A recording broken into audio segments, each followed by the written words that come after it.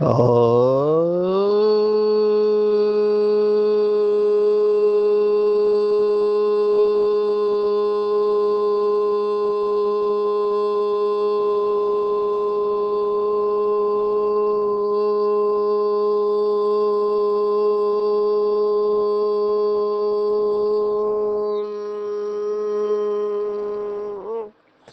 शांति। आज 19 अप्रैल 2025 भारत में शनिवार है। Today is 19th April 2025 and it's Saturday in Bharat. आज की मुरली का जादुई रहस्य स्वयं को प्रेरणा देने के लिए magical secrets of today's Murli for motivating the self. आज की साकार मुरली पूरी दिव्य गुणों के ऊपर है। आज की मुरली में जो दिव्य गुण आए हैं, कल की मुरली में बाबा ने 3 शब्द बताए थे। जो ब्रह्मा बाप की विशेषता थी, आज्ञाकारी, वफादार और फरमान बरदार। इसके साथ में एक सर्विसेबल शब्द भी था। आज की मुरली में अगर मुख्य शब्द लेने चाहो तो मैं कहूँगा वफादार फिर से आ रहा है आज की मुरली में। माना बाबा इस पॉइंट को कितना महत्व देते होंगे। दूसरा शब्द है नॉलेजफुल, ज्ञान स्वरूप। इसके ऊपर आज की पूरी मुरली है, नॉलेजफुल। तीसरा शब्द बाबा ने कहा निर्भय, डर नहीं होना चाहिए भगवान के बच्चों में। पर इसका मतलब ये नहीं है कि आवेश में आना है, डर नहीं होना चाहिए। क्योंकि शक्ति जब आती है तो शक्ति के साथ आवेश भी आने के चांसेस रहते हैं। तो निर्भय होना चाहिए। उसके बाद जो शब्द आया है वो है अडोल। बाबा ने अडोल शब्द इस्तेमाल किया है, माना डोलायमान नहीं होना चाहिए, डोलना नहीं चाहिए। कोई भी परिस्थिति हमको हलचल में नहीं लाए। ये योगी का लक्षण होता है कि हमेशा अचल अडोल रहता है। जो शास्त्रों में गायन है कि कोई हिला नहीं सके, तो अंगत का जो गायन है वो अडोल अवस्था का है। तो निर्भय होना चाहिए, अडोल। और फिर एक वैल्यू आई है जो क्रक्स वैल्यू है, मैं उसको मुख्य वैल्यू में लेता हूँ। बाबा ने इसके साथ स्वमान भी हमको दिया हुआ है अव्यक्त मुरलियों में। और साकार मुरलियों में बाबा ने ये बहुत बार कहा है कि जो बड़े हैं, बड़े माना ज्ञान में बड़े, उनका रिगार्ड जरूर रखना है। कई लोगों में ये संस्कार नहीं होता है कि दूसरों को रिगार्ड दे। अभी कुछ लोग बाबा के बच्चे भी रिगार्ड और रेस्पेक्ट, ये 2 शब्द है। हिंदी में कहते हैं सम्मान देना।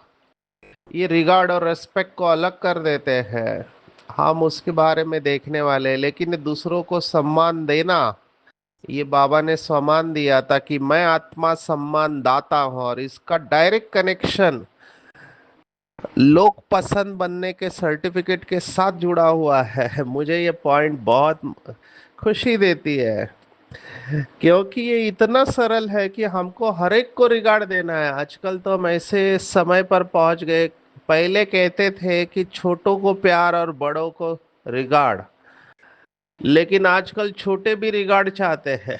तो हर एक को रिगार्ड देना है। मुझे कभी कभी लगता है ये एक इमोशनल नीड है हर व्यक्ति की, माना भावनिक जरूरत होती है कि उसको सम्मान देना चाहिए। तो सम्मान देने से बहुत कुछ होता है, हम इसकी गहराई में जाएंगे। उसके बाद जो आया है वो है जागती ज्योत। अभी जागती ज्योत भी एक क्वालिटी हो सकती है। जागती ज्योत क्या है, बाबा ने एक बताया हुआ है आज की मुरली में, हम उसके बारे में देखेंगे। आज एक और गहरी बात बताई है, बाबा की मुरली को बहुत ध्यान से पढ़ना होता है, क्योंकि हमने उसे मिस कर दिया तो बहुत बड़ा रहस्य हमसे चला जा सकता है। बाबा ने कहा, कर्मातीत अवस्था को पाकर वापस तो कोई जा न सके। ऐसे नहीं संपूर्ण बन गए तो आप वापस जा सकते हैं, नहीं, पहले साजन फिर बारात। ये बहुत बड़ी बात है। चिंतन करेंगे कि मम्मा ने कर्मातीत अवस्था को प्राप्त किया, ब्रह्मा बाबा ने कर्मातीत अवस्था को प्राप्त किया, लेकिन ये लोग वापिस नहीं गए हैं।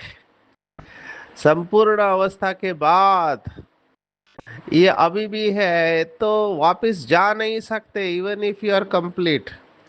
तो ये एक बहुत सूक्ष्म गहन बातें हैं, बाबा ने आज शब्द इस्तेमाल किया है, बहुत पेचीदा बातें हैं, माना समझना बहुत मुश्किल है।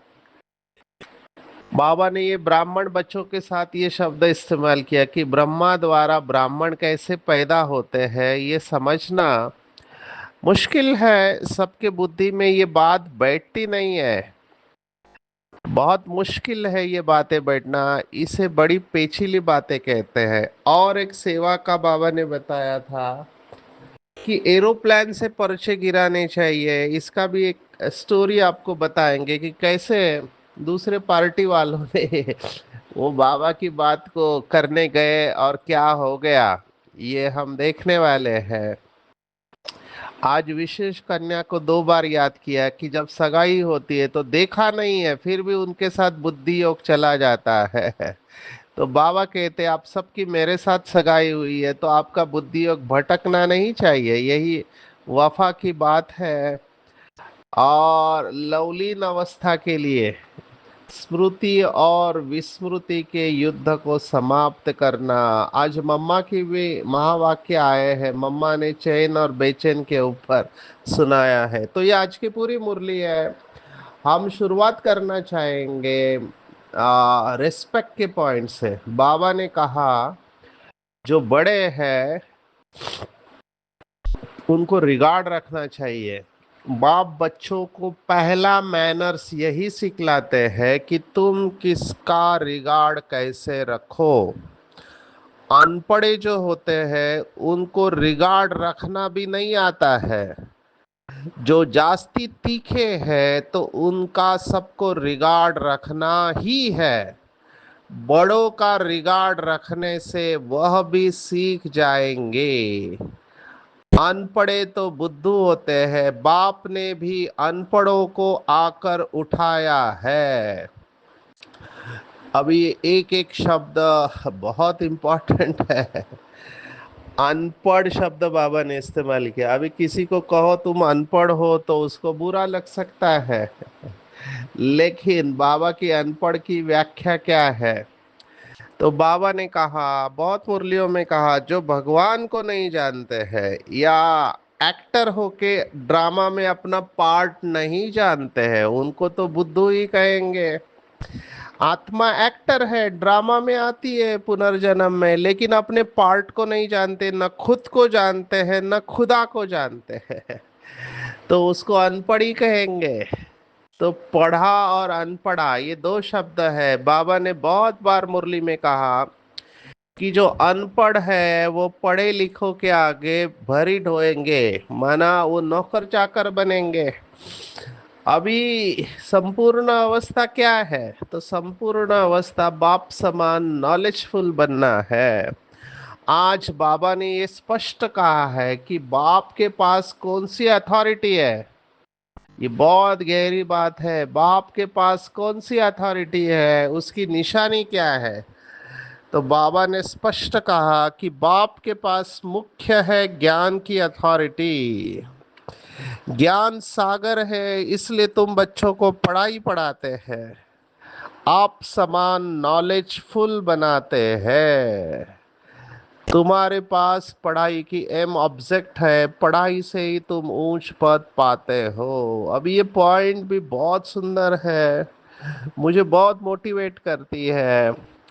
मुझे पहले माना भक्ति तो नहीं करते थे, लेकिन ऐसे लगता था कि हमारे साथ अन्याय हुआ है, क्योंकि कई लोगों को अभी उनको फेवर मिलता है तो वो आगे चले जाते हैं और हमको फेवर नहीं मिलता है। तो मुझे ऐसे फील होता था कि ये जीवन में ऐसा क्यों है कि कुछ लोग आगे चले जाते, कुछ पीछे। लेकिन आज जब बाबा का ज्ञान समझा तो पता चला किसी के साथ भी अन्याय नहीं है, ये ड्रामा परफेक्ट है, एक्यूरेट है। सिर्फ नॉलेज को समझना है। कोई भी जहां पर भी है ड्रामा में वो परफेक्ट है। अभी तक ड्रामा को जैसे हुआ है वैसे ही होना चाहिए, इतना एक्यूरेट है और इसमें इतना कल्याण है। अगर आपको लगता है कि आपको आगे आना है तो आपको कोई रोक नहीं सकता है, लेकिन वही है, नॉलेजफुल बनने में भी नंबर बनते हैं। बाबा तो नॉलेज दे देता है, लेकिन नॉलेज को भी यूज करने का तरीका आना चाहिए। जैसे आजकल के बच्चे हैं, अभी वो इंटरनेट पे है, या आर्टिफिशियल इंटेलिजेंस आज के जमाने में कृत्रिम बुद्धिमत्ता, उनको सभी सवालों के जवाब मिल जाते हैं, लेकिन वो यूज करना नहीं आता है। क्योंकि आपके पास ज्ञान है, एक्चुअली वो ज्ञान होता नहीं है, हम उसको इंफॉर्मेशन कहते हैं, जानकारी है, लेकिन वो जानकारी को आपने सही तरीके से सही समय पर इस्तेमाल नहीं किया तो भी आप सफल नहीं होंगे। तो बाबा की श्रीमत है, स्थान समय व्यक्ति परिस्थिति देखते हुए ज्ञान को इस्तेमाल करना है। ये बहुत बड़ी बात है, स्थान समय व्यक्ति परिस्थिति। कई बार बोलना जरूरी होता है और कई बार चुप रहना जरूरी होता है। तो ये जो प्रशासक होते हैं, एडमिनिस्ट्रेटर या निमित्त आत्माएं, इनके ऊपर भी बहुत बड़ी जिम्मेवारी है। उनको डिसीजन लेना है। डिसीजन लेना बहुत जरूरी है, क्योंकि अगर निमित्त आत्माओं ने डिसीजन नहीं लिया तो फिर जिनके सामने समस्या है बेचारे ना इधर के रहेंगे ना उधर के। अंग्रेजी में कहावत है, कहावत यह है कि a correct decision if taken late is not a correct decision. आपने यथार्थ निर्णय लिया लेकिन लेट लिया तो भी उसका फायदा नहीं है, उसको यथार्थ कह ही नहीं सकते। तो राइट टाइम में आपको डिसीजन लेना होता है। जैसे अभी हम डॉक्टर हैं, हमारे पास पेशेंट आया, अभी हमको उसके तकलीफ के बारे में पता होना चाहिए कि क्यों उसको तकलीफ हो रही है। अगर हमने डायग्नोस करने में माना निदान करने में लेट किया तो गड़बड़ हो सकती है, सामने वाले की जान भी जा सकती है।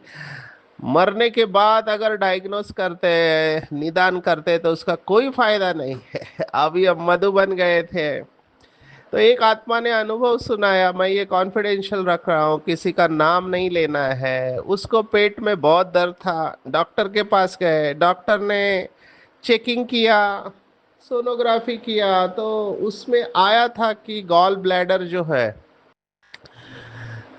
उसमें पित्ताशय की थैली होती है लीवर के साथ, उसमें पत्थर है, गॉल स्टोन्स कहते हैं। अभी वो साइज जो भी होगी, तो उन्होंने दवाई दिया, बोला कोई चिंता नहीं करो।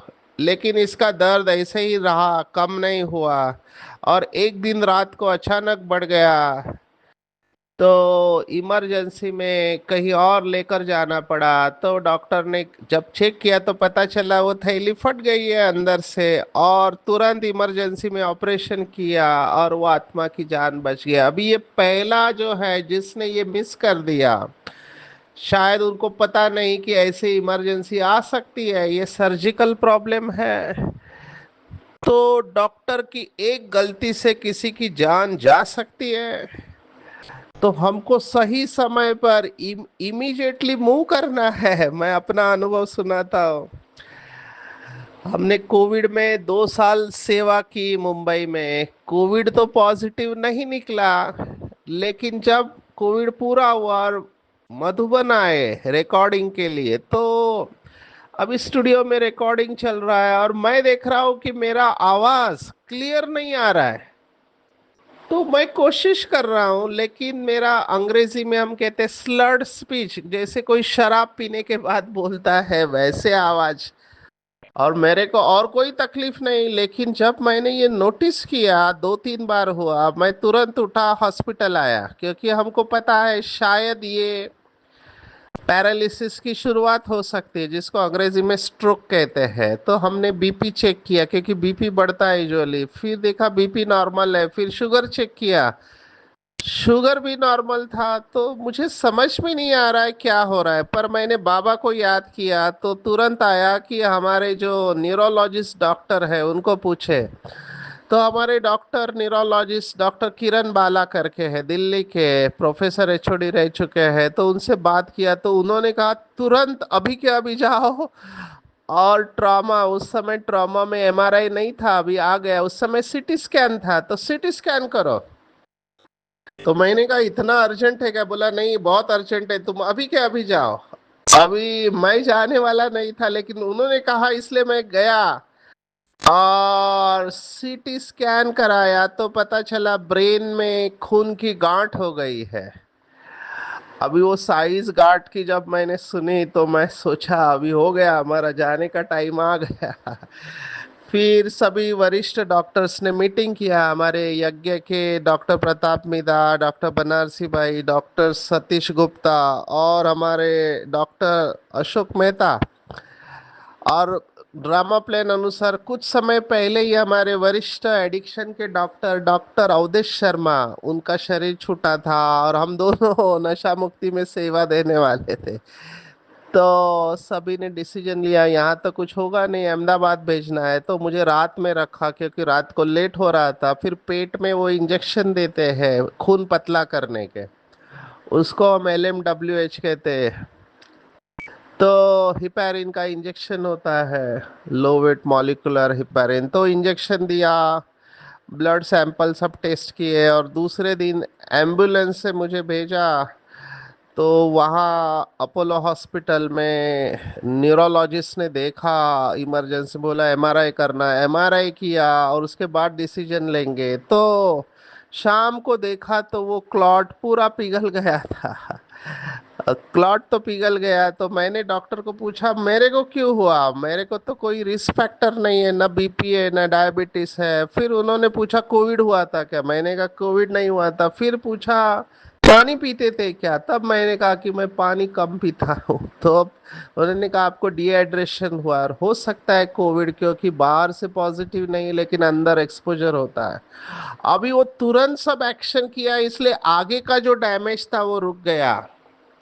मैं तो इसे बाबा की मदद समझता हूँ, लेकिन ये जो क्विक डिसीजन लेने को कहा गया न्यूरोलॉजिस्ट के द्वारा, that was right in moment. हमको भी हर बात में डिसीजन परफेक्ट लेना चाहिए, क्विक लेना चाहिए, क्योंकि समय जाने के बाद केवल पश्चाताप होता है। तो मैं डिसीजन इसलिए कह रहा हूँ क्योंकि दिनों दिन जैसे प्रॉब्लम बढ़ते जा रहे हैं, सब जगह पे बढ़ते जा रहे हैं, तो टफ डिसीजन हर एक को लेना पड़ेगा, तभी आप एक अच्छे एडमिनिस्ट्रेटर कहे जाएंगे। देखो, लौकिक गवर्नमेंट में भी जो हलचल हो रही है, मैं समझता हूँ, ये मेरा व्यक्तिगत मानना है कि हम कल्प वृक्ष की जड़ में हैं। हम जो करेंगे वो दुनिया में होगा, अगर हम गिरेंगे तो दुनिया भी गिरेगी। हम अगर डिसीजन नहीं लेंगे तो वो लोग भी डिसीजन नहीं ले पाएंगे, क्योंकि वो हमारे साथ जुड़े हुए हैं। तो हमको टफ डिसीजन लेने पड़ेंगे यज्ञ में। तो हमारे सामने ऐसी बहुत सारी परिस्थिति आएगी और आ भी रही है।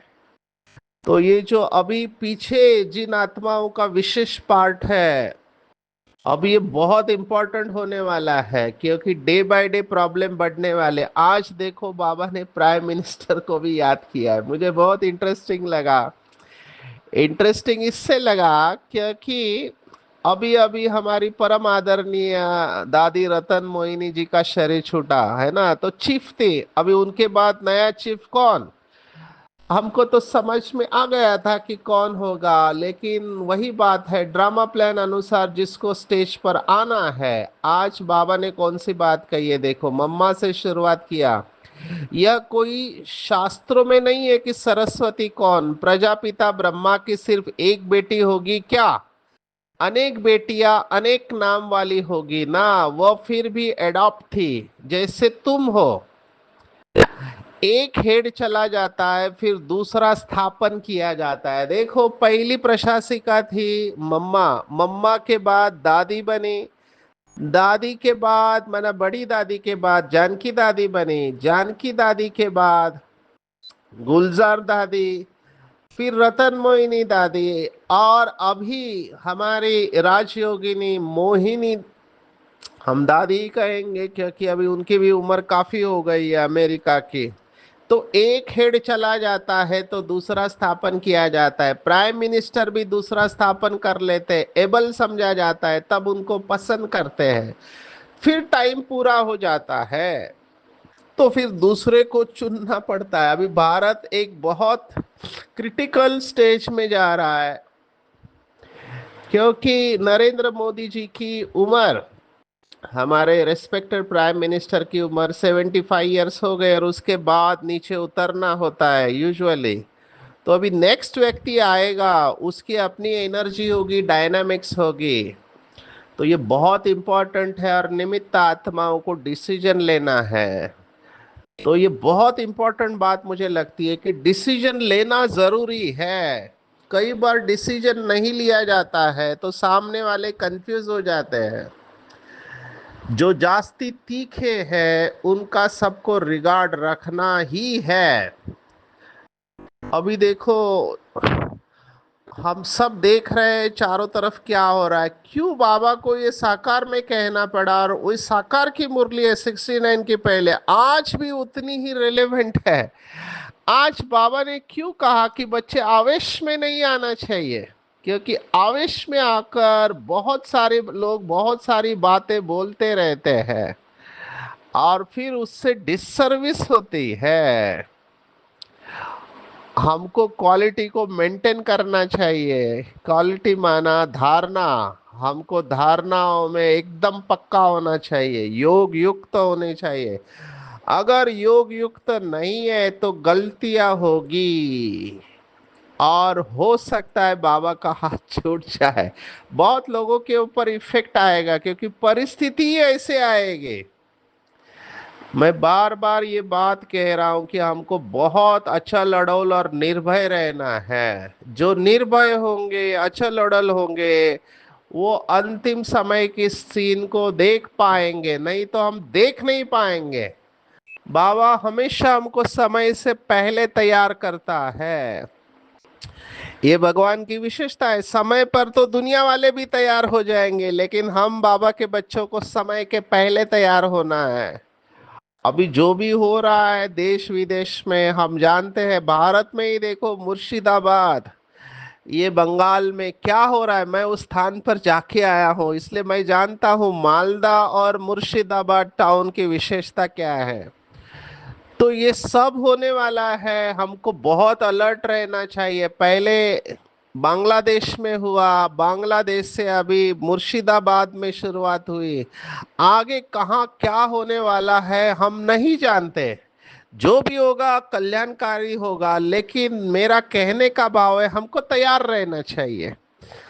ऐसी ऐसी बातें सामने आएगी जो हमने कभी सोचा नहीं था, इसलिए इसमें डरना नहीं है, शौक नहीं लगना चाहिए कभी भी। मैंने कल भी कहा था, बाबा के बच्चों से भी ऐसी गलती हो सकती है, आपने जो कभी सोचा नहीं था वो आप देख सकते हो। तो बहुत अच्छा लड़ोल रहना है, बाबा की याद में रहेंगे, वो बचे रहेंगे, बाकी के ऊपर सेक तो आएगा ही आएगा। तो बहुत युक्ति से, बहुत युक्ति से हमको चलना चाहिए। मैं इसको कहता हूँ कि आपको नॉलेजफुल बनना है। नॉलेजफुल बनेंगे तो ये पॉसिबल है, नॉलेजफुल बनेंगे तो हम पावरफुल बनेंगे। और नॉलेज ये है कि ड्रामा में हर एक का अलग अलग पार्ट है, ये नॉलेज है। एक का पार्ट ना मिले दूसरे से, ये नॉलेज है। अभी कई लोग मुझे बोलते हैं ड्रामा ड्रामा भी बोल रहे हैं और हिल भी रहे हैं। माना नॉलेज है लेकिन वो नॉलेज से पावर नहीं मिल रहे, क्योंकि नॉलेज बुद्धि में धारण नहीं हुआ है। अभी मैं कहता हूं see father and follow father, do not see brother and sister. अभी सी फादर फॉलो फादर का मतलब क्या है? एक बाप को देखना है, किसी भी देहदारी को नहीं देखना है, क्योंकि देहदारी कंप्लीट है ही नहीं, उससे गलतियां होने वाली है। फिर भी हलचल में आ जाते हैं। जब हमने सब कुछ बाबा को बता दिया तो फिर डरना किस बात की है? क्योंकि जाएंगे तो हम बाबा के पास ना, बाबा हमको सब दिखाएगा कि तुमने क्या क्या किया। दूसरी एक बात मैं कहना चाहूंगा जो मैं खुद अटेंशन रखता हूँ, ये कबीर का दोहा है, संत कबीर, बुरा देखन मैं चला, बुरा न मिलिया कोय, जिन खोजा आप ना, मुझसे बुरा न खोए। मेजॉरिटी जो कंप्लेंट करते हैं मैंने देखा, उनका ध्यान दूसरों के ऊपर होता है, अपनी कमजोरी कमियां नहीं पता चलती। आज बाबा ने कहा खामियां, बाबा झट बता देंगे कि बच्चों में क्या क्या खामी है, तो बाबा से पूछना है और बाबा के साथ सच्चा रहना है।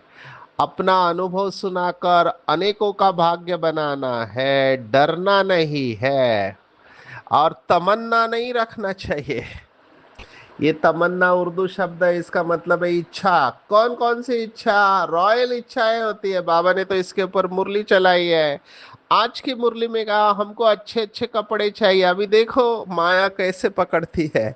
बाबा ने सफेद कपड़ा किस लिए दिया? ताकि आपको कोई चॉइस नहीं रहे कि सफेद ही पहनना है। पर वो सफेद में भी अभी कितने सारे वैरायटी आ गए हैं। एक सिल्क वाला सफेद, एक सादा सफेद, बहुत कुछ है। मैं इसमें नहीं जाना चाहूंगा, मुझे कपड़ों का इतना पता नहीं है, लेकिन कई लोग इसमें बहुत कुछ सोचते हैं। फिर वो जैकेट, एक ने जैकेट पहनना चालू किया तो सभी ने जैकेट पहनना चालू किया। अभी ये कपड़ों में बुद्धि इतनी क्यों जा रही है? बाबा ये क्यों, बाबा को मुरली में क्यों कहना पड़ रहा है कि कपड़े? अभी कपड़ा अच्छा चाहिए, खाने पीने को अच्छा चाहिए, रहने को अच्छा चाहिए। फिर आप तपस्वी कैसे हुए? क्योंकि देखो तपस्वी का जो इमेज है, तपस्वी माना त्याग। दादियाँ कितनी सिंपल रही है। आप यज्ञ की कहानी सुनो, बेगरी पार्ट में हमने सुना है बड़ी दादी दो ही साड़ियों के ऊपर भारत की सेवा कर रही है। दो ही साड़ियाँ, आई थक गई, आराम किया, बाबा ने कहा अच्छा आ गई, चलो शाम को आपको जाना है। फिर वही कपड़े धो के वही सुखा के तुरंत चला जाना है। आज यज्ञ में बहुत कुछ आया है, लेकिन अपने आप को हम सब प्रश्न पूछे कि क्या मैं तपस्वी हूं?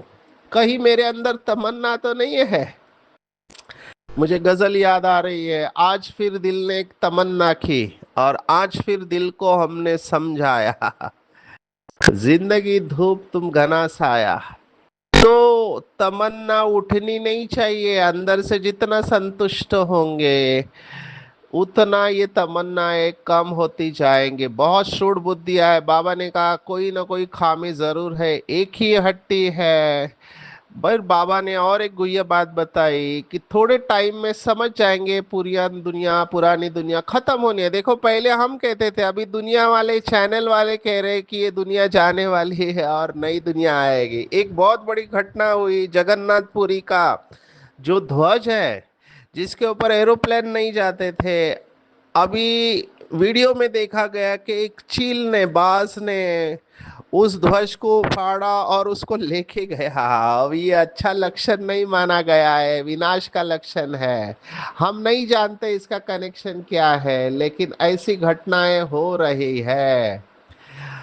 फुल बादशाही लेना है तो फुल नॉलेज को बुद्धि में रखना है। रिगार्ड देंगे तो रिगार्ड मिलेगा।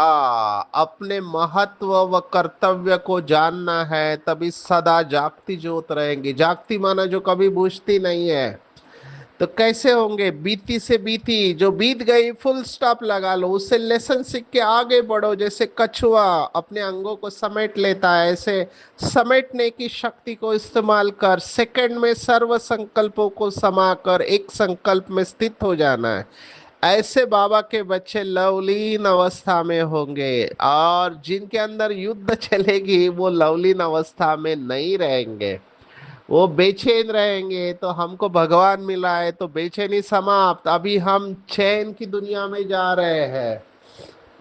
चैन की दुनिया सतयुग है, बेचैन की दुनिया कलयुग है। आज के पूरे मुरली में टेक होम है, एक बाप के साथ सच्चा रहना है, वफादार।